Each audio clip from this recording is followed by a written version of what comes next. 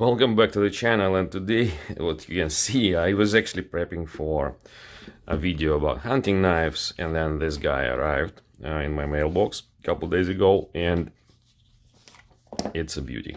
It's such a small, kind of like a tiny knife. I got impressed and it's like, oh yeah, I gotta do a video real quick about it. Usually I kind of use knives for a while before doing the video. This one I just used for a couple days. I tried it outdoors a little bit.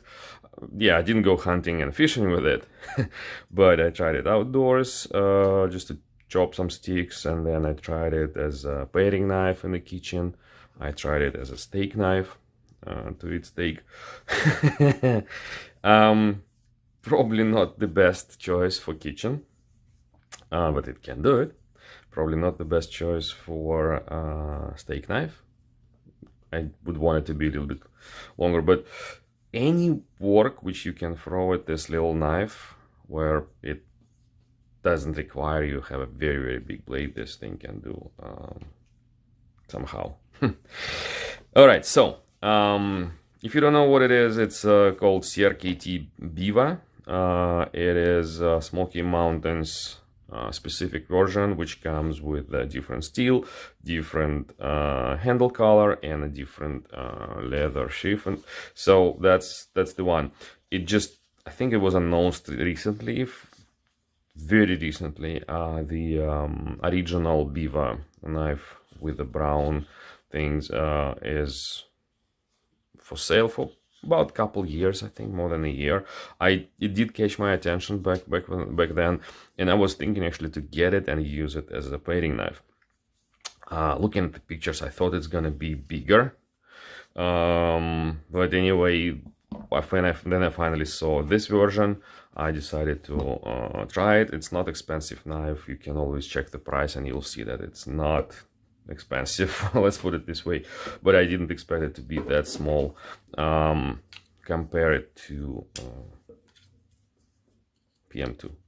Seriously, if you look at the sharpened length, it's about the same. CRKT still like a bigger knife, bigger blade. Handle size,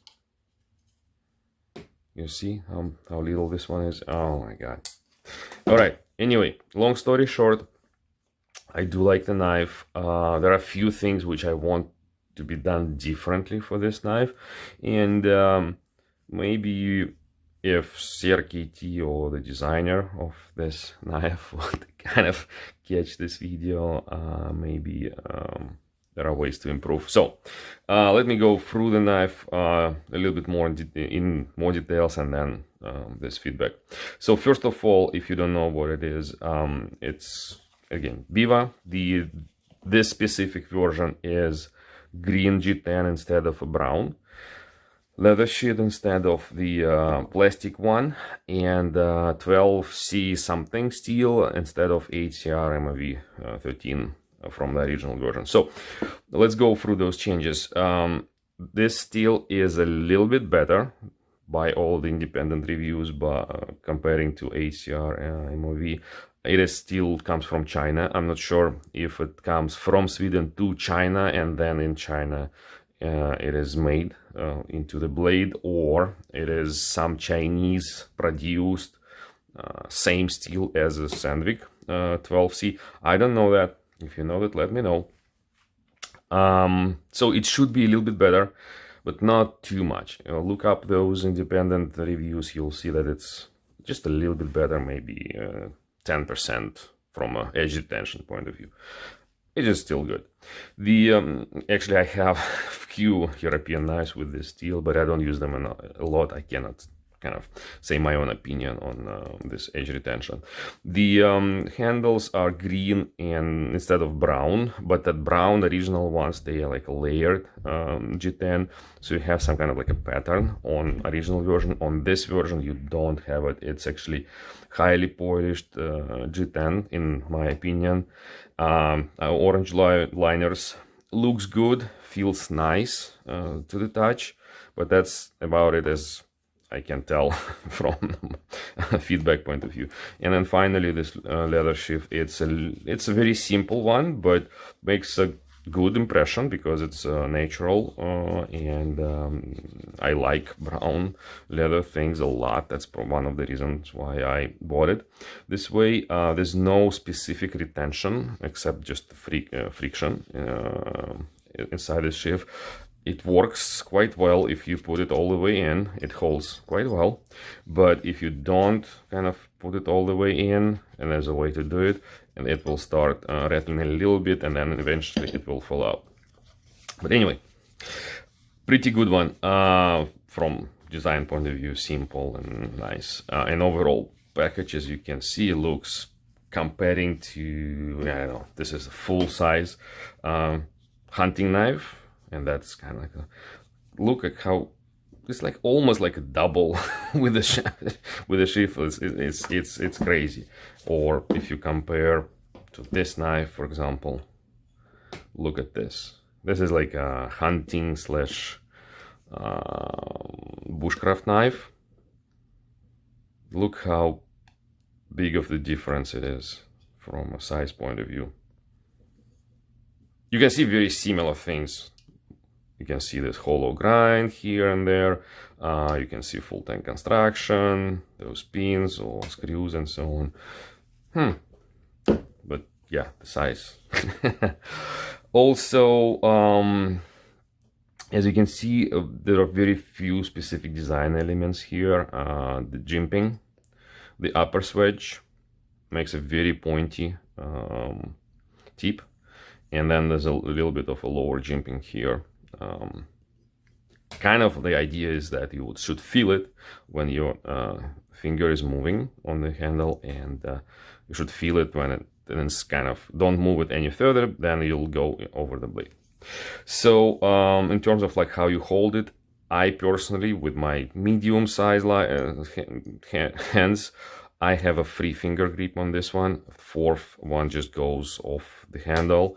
That's why I highly recommend that you would modify the default lanyard which they give with you, add an extra knot here, then you would be able to control the knife better with your pinky.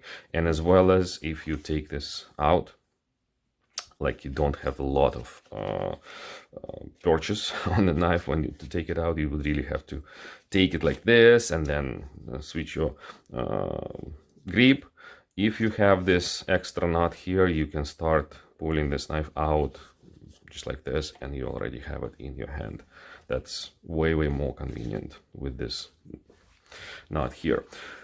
What else good? Yeah, they give you this lanyard right away. That's cost nothing, but you gonna start using it anyway. If you don't like to use it, or if you want to use it in the kitchen with some food around, then of course it's better to take it off. This is the knife. Now, what I don't like about it, there's a lot of those small things which I don't like. Let's go through them one by one. First of all, let's talk about the options for everything. So I would prefer that G10 to be a little bit more grippy. So for example, here and here, it is very sleek. As in, if it goes wet, it's very sleek. I don't like it. I want it to be a little bit more grippy, more textured from a scales point of view. That's thing number one. Speaking about jimpings, here they work quite well. You feel them, even if they go into the handle a little bit. Yep, you feel them because you have more pressure here. On this side, you don't feel them. They just don't work as intended. This jimping, just like, I can't feel them. I tried it multiple times. I know that it should be there. It's virtually impossible to feel them, especially I don't have a very sensitive skin here. There's a lot of kind of like blisters, or because I do a lot of sharpening, and that area gets a lot of work. I just don't feel those jimpings here. Sorry, no. Thing number three, which I didn't like about the knife, this upper switch, it's kind of like it doesn't go to the tip of the blade. It just finishes a little bit earlier. Maybe that's a design, or maybe they missed it when they did it. And also, as you can see it right now, when I switch like flip the knife over, it's not symmetrical. See, this one goes here, all the way here, but if I flip the knife, no, on this side it goes up to here, and if I flip the knife again, it goes way further out. I don't know, it's just a quality control, or I don't think it's a design element. No. Speaking about the tip and edge itself, the edge is created quite well. It's not like a super thin edge, but it's quite nice. The hollow grind is nice. The tip itself is a little bit asymmetrical. That's quite common, but nothing to complain. But what I would complain is that in this area, ideally you need a sharpening choil. Because right now the transition from a blade to that wider area is not perfect. You have some kind of like a recurve because of that. Usually when it's transition like this, I see that some knife makers, they do a very distinct one, sharpening notch. And actually an original design from Folts, on his knife, on his custom knife, he has a sharpening notch here. I would prefer to have one. I can make one, no big deal. So that's something. What else? Yeah, this guy is with a sharpening notch, you see, but same problem. When you start sharpening it, if it's not ground very well, you will have some kind of like a false recurve here, just in this area. This one has a very like a tiny sharpening notch, but it's still already better. So I want one. Let's say what else I didn't like. The markings, CRKT here, fine, we get it. But on this side, there's no name of the knife. There's no steel markings. It's just a false design, like everybody cares, right? And then the model number, those numbers, which as we know tells us nothing. Gotta have to look up CRKT, maybe have to look up by the model number. It's not helpful. Ideally, I like when either the name of the knife or steel is on the blades. Like, I can't give you a good example here. Well, yeah, maybe, why not? This is the steel type, right? 95X18, that's a Russian steel type. We get it here. On buck, I don't remember. Let's check it out. On buck, do they say something? No, they don't say. They use steel, which we know quite well. On this knife, Canada, Russell, stainless steel. Yeah, it's like unknown stainless steel, but anyway, I like it to be good knife information on the blade, but not too much, not too big. This one's not too big, but not enough as well at the same time. All right. Yeah, Spyderco is a great example. Where the knife is made, Spyderco, steel type, logo, great. That's all I need. I don't need model number. I don't need designer name. Sorry, Michael Folts, sorry, but really, I don't need it. So that's what it is. And then finally, what I don't like, take a look from this point of view. You have a rounded handle here, everywhere, some kind of like a beak here to control the knife. That's fine, but you don't have a rounded end of the scales on the front, and that's pretty rough. So for example, if I want to hold this knife and do some piercing work, and I want to put it in the middle of my palm and grip it here, that's exactly what this knife kind of gets into your hand. You want to do it like this sometimes, right? You get up to those edges, and you get like 1, 2, 3. You see, I will get those markings on my skin that it's a rough one. So I would ideally prefer it to be rounded a little bit more. I don't want to grind G10 to do this, but it's fine. Also, I don't know how they construct the knife. I don't know if it's glued, so I can swap the scales easily with those screws. I don't know, maybe I'll try it and put it in the comments once I try it. So, and then finally, the leather sheath is a little bit not straight. There's just one bad thing about it. There's no chamfering on the edges of the leather portion here. Yes, you can use it for stropping. If you don't know what this for, it is for stropping for sure.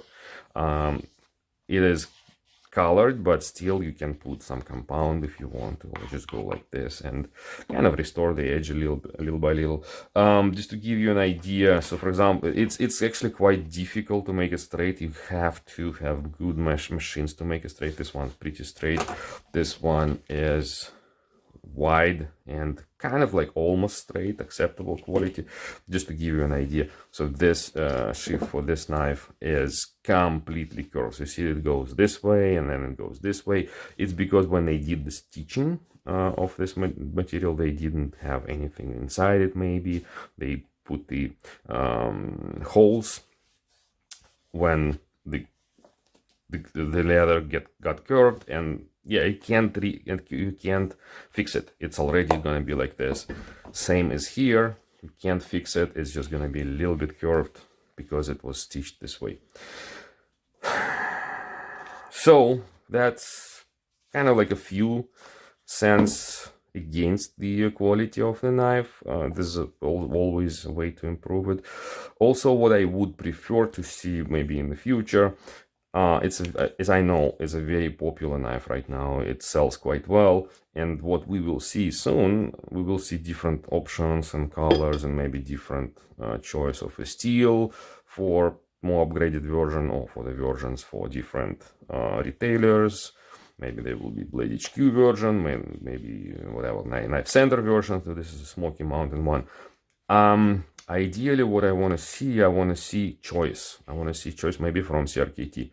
Oh, I want this type of steel. I want this type of color for my scales. I want this or plastic sheath, or I want both. Maybe I would actually take one more plastic sheath and will use it as the as a neck knife.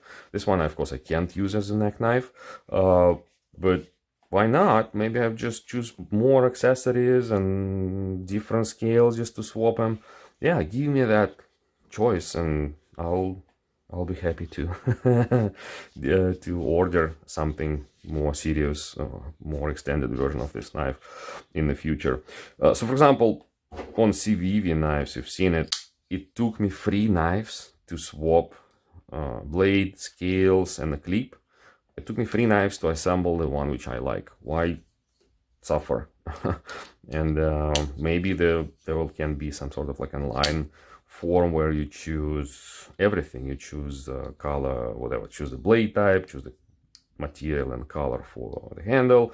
You choose color for the liners, back spacers, clips, and so on. Extra accessories if you need them.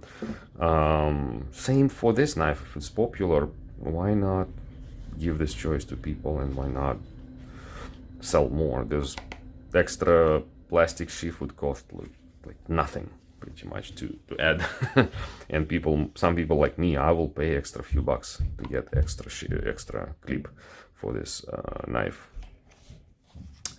So that's it. Anyway, I like the knife. I recommend if you want to try and see if it will fit your usage pattern. Maybe it will, because it's a very nice knife.